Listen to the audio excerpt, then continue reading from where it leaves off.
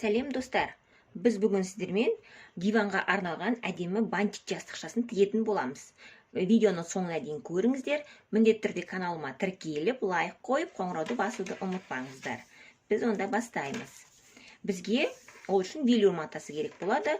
Велюр матасынан ені де ұзындығы да 40 сантиметр, ұзындығы да ені де 40 сантиметр, яғни шаршы сызық матасын қиып аласыздар. Міне, шаршы квадрат. Осыдан 2 дана керек, 2 штук. Мен көрдіңіздер ме? Мынау велюр матасы, ұзындығы ені 40 сантиметрден, 2 дана. Екінші матамыз қызыл түсті. Оның ені 15, ұзындығы 43. Осында 43 міне. Бұдан да бізге керек 2 дана. Мен 2 дана қиып аласыздар. Одан кейін осындай кішкентай мата керек болады. Оның ені 6 сантиметр. Міне 6. Ұзындығы 12. Так, ұзындығы 13 сантиметр. Ені 6, ұзындығы 13. Бұдан да 2 дана. Міне. Осылай матамызды қиып аламыз. 2 данадан. Одан кейін, мына үлкен матаның былай шетке алып қойып, мына 2 қызылдың мына шеттерін былай ішке қарай 0,5 пен мына шетін, 2 шетін, 2 жанын 0,5 пен машинкамен жүргізіп шығамыз. Ішке қарай. Осылайынан 0,5 сантиметрмен жүргізіп шығамыз. Мына 2 матамызды, және мына кішкентай 2 матамызды да тура солай жасаймыз. Мына 2 шеттерін ғана жүргізіп шығамыз машинамен.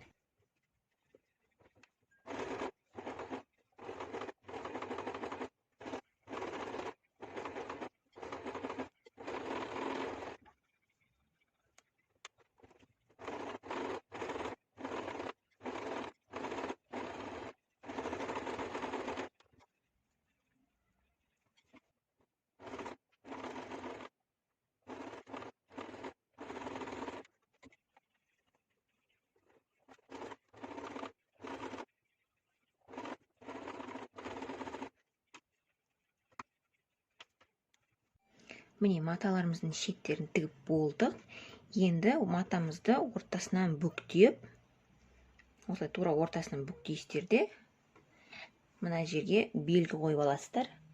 Міне, мен бормен сызық қойдым тура ортасынан, міне. Осылай белгі қойып аласыздар, тура ортасын тауып.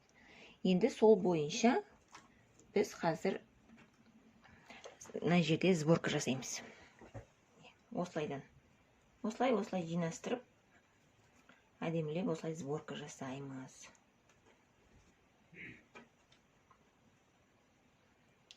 Жаңағы тура белгілеген орта бойынша алып, осы жерді тігеміз.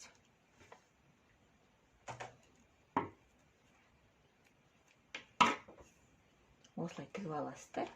Одан кейін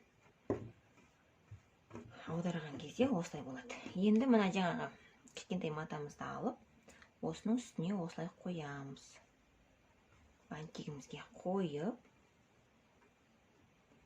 міне, мына жерден мынандай кішкене артығын осылай қиып алып тастаймыз да, мына жерін тігеміз. Яғни мынаны осылайнан кішкене артығын қиып алып тастаймыз. Енді мына жерден бұлай машинкамен тігіп шығамыз. Міне, матамыздың мына жерін тігіп алдық. Енді бұны бұлай аударасыздар. Оң бетіне аударамыз. Және мына матамызды осылай бүктеп, осының арасынан өткіземіз.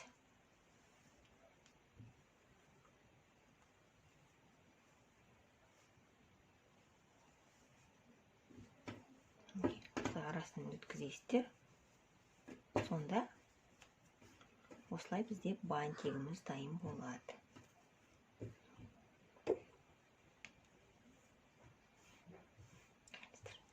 Осылай 2 бантикті дайындап аламыз. Мен біреуін тігіп дайындап қойдым алдын ала. Сонда бізде осындай 2 бантик дайын болады. Енді жаңағы көк матамызды аламыз, шаршы матамызды. Осылай қойып, мына бантигіміздің біреуін осының тура ортасына қоямыз. Осылай ортасына қоямыз. Әдемілеп қойып аласыздар, ортасына келтіріп гүлдердің бәрін. Және екінші бантикті соның үстіне қоямыз. Ортасына келтіресіздер мынаны.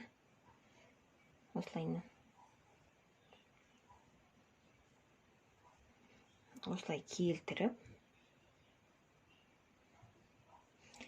қазір енді мына бантиктеріміздің шеттерін, мына жерлерді машинкамен жүргізіп шығамыз, 4 бұрышын.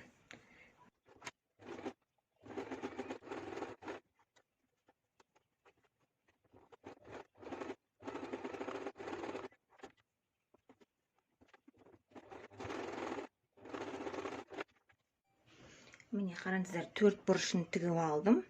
Және мына екі бантикті бір-бірімен 1-2 көктеп арасын тігіп қойдым.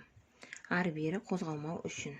Сонда бантиктеріңіз жақсы тұрады. 4 шетін тігіп алдым. Енді осының үстіне мына екінші велюр матамызды қоямыз. Екінші матамызды қойып, 4 бұрышын тігіп шығамыз. Және осылай кішкене орын қалтырамыз. Матамызды оң бетіне аудару үшін.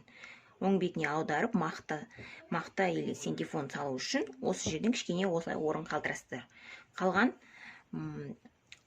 бұрыштарының барлығын машинамен жүргізіп шығамыз.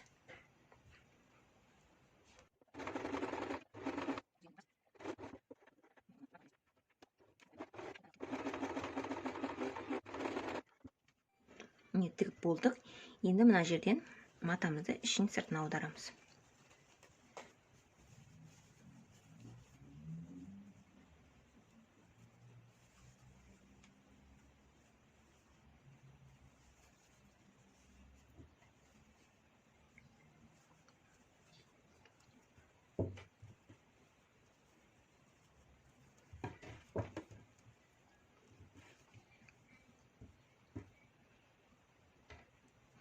Енді мына жерден, орын қалдырып қойған жерімізден біз ішіне синтефон саламыз. Осындай синтефон. Не болмаса мақта салсаңыздар да болады. Жаңағы мына кішкене қалған орнымызды ине жіппен көктеп көрінбейтін тігіспен осы жерін былайынан көрінбейтін тігіспен тігіп шығамыз. Мінекей жастықшамыз дайын. Міндетті түрде өздеріңізге тігіп алыңыздар. Видео ұнаватса каналға тіркеліп, лайк қойып, қоңырауды басуды ұмытпаңыздар. Назарларыңызға рахмет.